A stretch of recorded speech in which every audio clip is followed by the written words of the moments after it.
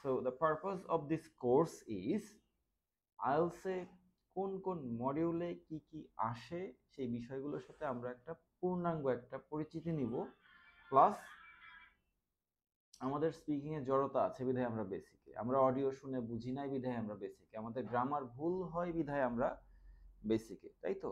তাহলে এই বিষয়গুলো আমরা স্পিকিং এর জড়তা কিভাবে কাটাবো, লিসেনিং এর স্কিল কিভাবে আপগ্রেড করা হবে, okay, script reading development skill development, তারপর হচ্ছে question reading skill development, okay, speed listening skill development, এইগুলো থাকবে আমার লিসেনিং এর মেজর পার্ট।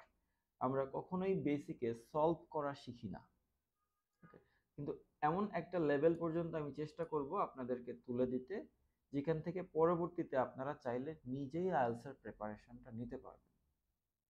পরবর্তীতে আমার কাছে অ্যাডভান্স কোর্স করার জন্য আপনারা বাধ্য থাকবেন না, যে কোনো প্ল্যাটফর্ম থেকে করতে পারবেন অথবা নিজেই প্রিপারেশনটা নিয়ে ফেলতে পারবেন, কারণ আমরা আইএলটিএস এর প্রত্যেকটা মডিউলের সাথে খুব ভালোভাবে পরিচয় হয়ে যাব। বেসিকের যা কিছু আমরা পড়বো সব আইএলটিএস থেকেই পড়বো, ঠিক আছে?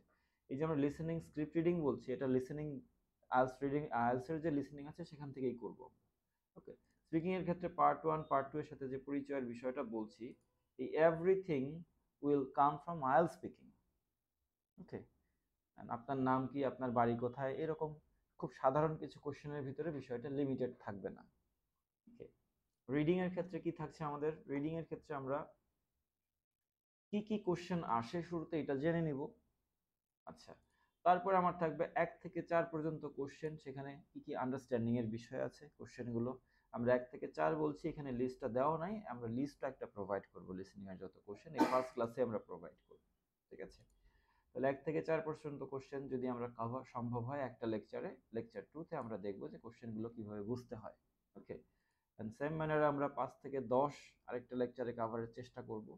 যদি সম্ভব হয় এর মধ্যে ভালো, যদি না হয় আমরা আরো 2-একটা ক্লাস এখানে এক্সট্রা করব। তারপর আমাদের টার্গেট থাকবে প্যাসেজ আন্ডারস্ট্যান্ডিং। ওকে, আমরা অনেকেই প্যাসেজ না বুঝেই আনসার করার চেষ্টা করি শুধুমাত্র টিপস অ্যান্ড ট্রিক্স অ্যাপ্লাই করে।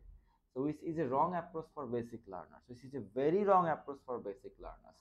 আমরা যারা ইংরেজি কম বুঝি, টিপস অ্যান্ড ট্রিক্স তাদের ক্ষেত্রে অলমোস্ট প্রযোজ্য না বললেই চলে। ওকে, কারণ তার টিপস অ্যান্ড ট্রিক্সে সর্বোচ্চ পরিমাণ ভুল হবে। ওকে, তাহলে সেক্ষেত্রে আমার ডেভেলপ করতে হবে প্যাসেজ আন্ডারস্ট্যান্ডিং, আমার ডেভেলপ করতে হবে কোশ্চেন আন্ডারস্ট্যান্ডিং, যেটা আমার বেসিকের পার্ট থাকছে।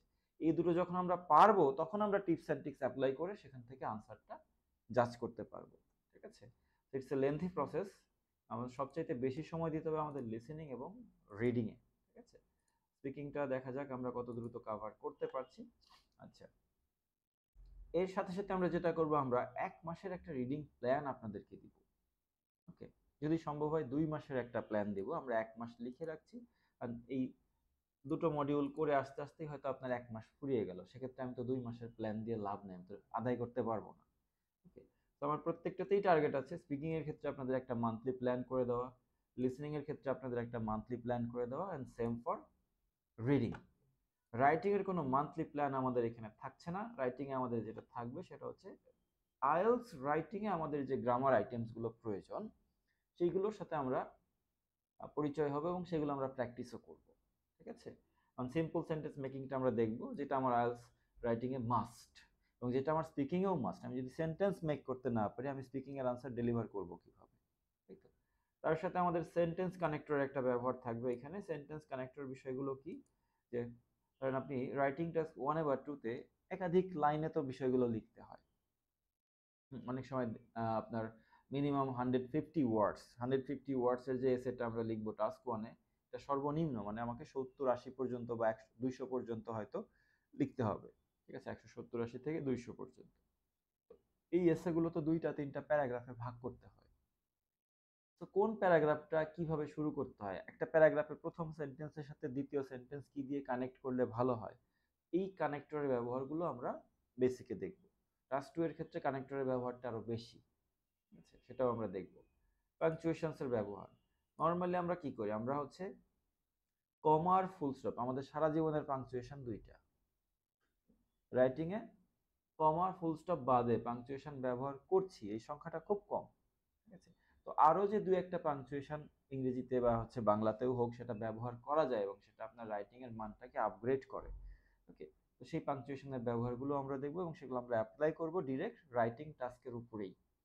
অ্যাক্টিভ প্যাসিভের একটা ব্যবহার আছে যেটা অনেকেরই ভুল হয়, বিশেষ করে টাস্ক ওয়ানে আমরা মানে কখন অ্যাক্টিভ আর কখন প্যাসিভ ব্যবহার করব এই জায়গাগুলোতে আমাদের অনেক গ্যাপ থাকে। এখন আমরা টাস্ক ওয়ান টাস্ক টু বলছি, এই বিষয়গুলোর সাথেও আমরা হয়তো অনেকে পরিচিত না, ঠিক আছে? তো এটা যখন আমরা রাইটিংটা শুরু করব আমরা দেখে নিব যে টাস্ক ওয়ান কি আর টাস্ক টু কি এবং সেখানে কেন এই গ্রামারগুলো প্রয়োজন। ওকে, আর ফাইনালি আমাদের থাকবে এই আইটেমগুলো শিখে যাওয়ার পর আমরা চেষ্টা করব সিম্পল থেকে কম্পাউন্ড সেন্টেন্স তৈরি করতে এবং সিম্পল থেকে কমপ্লেক্স সেন্টেন্স তৈরি করতে। ওকে, এবং এই যত সেন্টেন্স আমরা তৈরি করব সেগুলোও চেষ্টা করব টোটাল আইএলস কনটেক্সটের উপরে লিখতে। আইএলস এর টাস্ক টু তে যে কোশ্চেনগুলো থাকে বা টাস্ক ওয়ানে যে কোশ্চেনগুলো থাকে, কম্পাউন্ড কমপ্লেক্স মোস্টলি হচ্ছে আপনার টু তে অ্যাপ্লাই করা সহজ, বাট ওয়ানেও অ্যাপ্লাই করা যেতে পারে। ওকে, আচ্ছা, এখন যেটা আমরা বলছিলাম যে we change number of classes, আমরা নাম্বার অফ ক্লাসেস আমরা চেঞ্জ করি নর্মালি, অ্যান্ড দেয়ার সিকোয়েন্স। মোটামুটি এইখানে কোর্স প্ল্যান এইটা নিয়ে এখন আপনাদের কোনো ইনকোয়ারিজ আছে কিনা, কিছু জানার আছে কিনা, থাকলে বলেন। এখন লিসেনিং নিয়ে আপনাদের কিছু জানার আছে কিনা?